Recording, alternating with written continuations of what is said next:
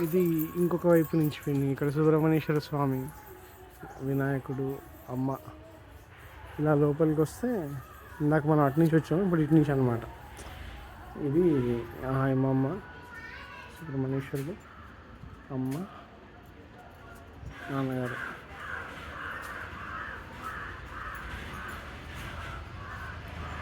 ఇటువైపు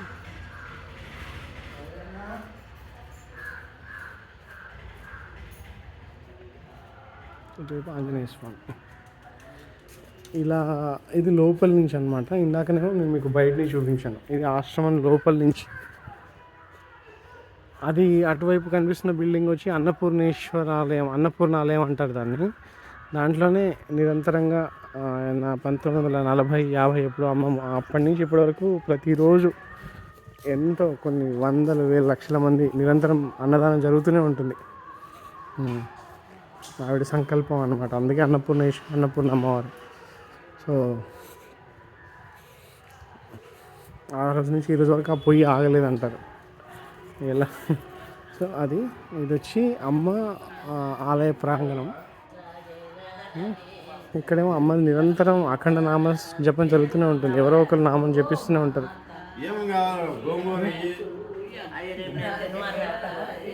వచ్చి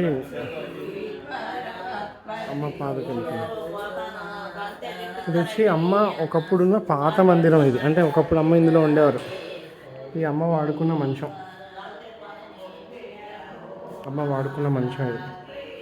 ఇది అమ్మ ఫోటో ఇక్కడ ఉంది చూడండి. అమ్మ వాడిన మంచం అని చెప్పి అమ్మ వాడుకున్న మంచం. ఇది అమ్మ అప్పుడు పూరిలో ఇట్లా ఉండేది, పూరి పాక కనిపిస్తుంది. ఈ పాక అప్పుడు ఇలా ఉండేది. ఇదేమో అమ్మ స్నానాల గది. ఇదిగోండి అమ్మ పాత ఫోటో. ఇలా ఉండేవారు అమ్మ.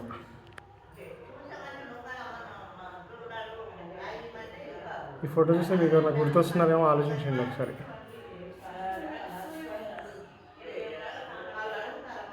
ఇది అమ్మ పాత ఫోటో, తాళం వేసినట్టు.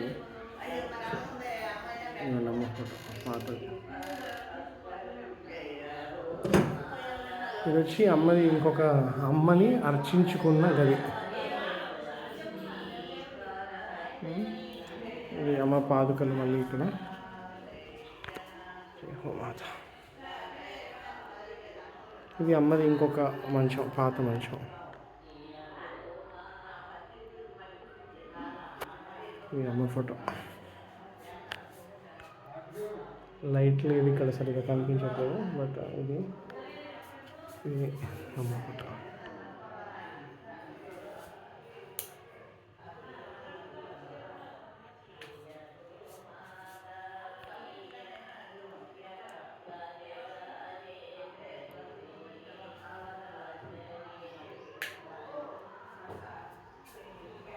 ఇందాక చూపించాను. ఇది అమ్మ మంచం, పాత మంచం.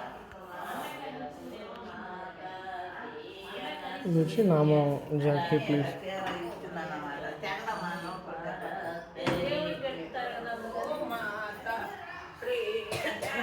ఇదిగోండి, నేను మీకు ఫోటో తీసి పంపిస్తాను, చదువుతా వినండి. 1968 వరకు అమ్మ నాన్నగారు నివసించిన పట్న కుటీరం ఇది. సేవా సంస్థల సహకారం సందర్శకుల సంఖ్య 10 దాటి 100కు పెరిగింది. అందరిల్లు అన్నపూర్ణాలయ సంస్థను స్థాపించింది. దైవీ సంపత్తి అమ్మలో సర్వజ్ఞత, సర్వశక్తి మత్వ, సర్వవ్యాపకత్వ లక్షణాలు అనుక్షణం ప్రస్ఫుటమైనాయి. దివ్యానుగ్రహం గోపాలన్నయ్య, రాజుబావ వారందరికీ అమ్మ విశ్వరూప సందర్శన భాగ్యాన్ని ప్రసాదించింది. కొందరిలో కుండలి శక్తిని స్పర్శ మాత్రం చేత జాగృతం చేసింది. ఉన్నవారికి